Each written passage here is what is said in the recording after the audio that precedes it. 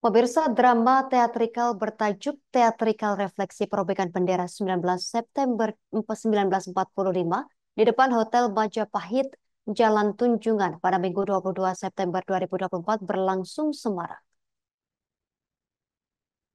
Wali Kota Surabaya Eri Cahyadi ikut dalam teatrikal dengan berperan sebagai Residen Sudirman. Teatrikal ini merekonstruksi peristiwa heroik di Surabaya pasca kemerdekaan pada September 1945, yang mana arek-arek Surabaya berjibaku melawan Belanda dan sekutu untuk mempertahankan kemerdekaan yang baru saja diraih. Melibatkan sekitar 1.000 orang, para peserta terdiri dari pelajar, veteran, komunitas teater kampus Surabaya, pasukan sepeda kuno, dan komunitas sejarah kota Surabaya. Teatrikal ini dimulai sekira pukul 8:30 waktu Indonesia Barat pagi hari. Kegiatan ini merefleksikan semangat arek-arek Surabaya yang tak kenal takut untuk melawan berbagai tantangan dan rintangan. Teatrikal ini dimulai dari peristiwa pada 18 September 1945 atau sekitar sebulan setelah Indonesia memproklamirkan kemerdekaan. Saat itu, opsir-opsir sekutu dan Belanda dari Allied Force Netherlands East Indies bersama-sama dengan rombongan Palang Merah dari Jakarta datang ke Surabaya. Tanpa seizin pemerintah Karesidenan Surabaya, sekutu menjadikan Hotel Yamato, sekarang Hotel Majapahit, sebagai markas Rehabilitation of Allied Prisoners of War and Internees atau organisasi bantuan rehabilitasi untuk tawanan perang dan interniran. Di bawah pimpinan WVC Plogman, Belanda pada tanggal 19 September 1945, tepatnya pukul 9 malam mengibarkan bendera Belanda di tiang pada tingkat teratas Hotel Yamato. Hal ini memantik kemarahan warga Surabaya yang menganggap sekutu menghina kedaulatan Indonesia. Residen daerah Surabaya pemerintah Indonesia yang saat itu dijabat Sudirman melewati kerumunan massa dan masuk ke dalam hotel dengan kawalan Sidik dan Haryono. Merupakan perwakilan RI, Sudirman berunding dengan Plogman dan meminta agar Belanda segera menurunkan benderanya dari gedung Hotel Yamato. Namun proses perundingan menemui kebuntuan dan berakhir dengan perkelahian.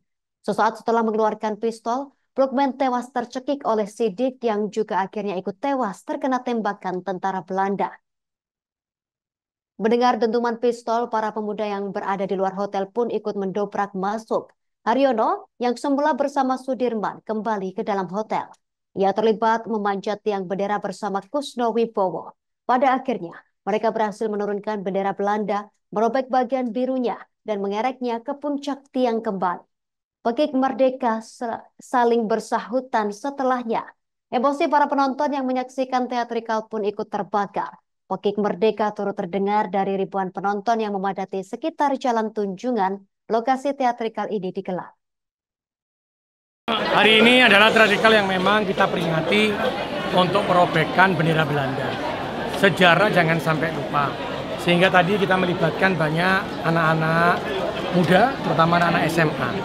Sehingga saya ingin terus membarakan, menyemangatkan kepada seluruh anak-anak muda di tempat inilah, di Hotel Yamato inilah, Belanda benderanya dirobek untuk kita mengatakan Indonesia sudah merdeka.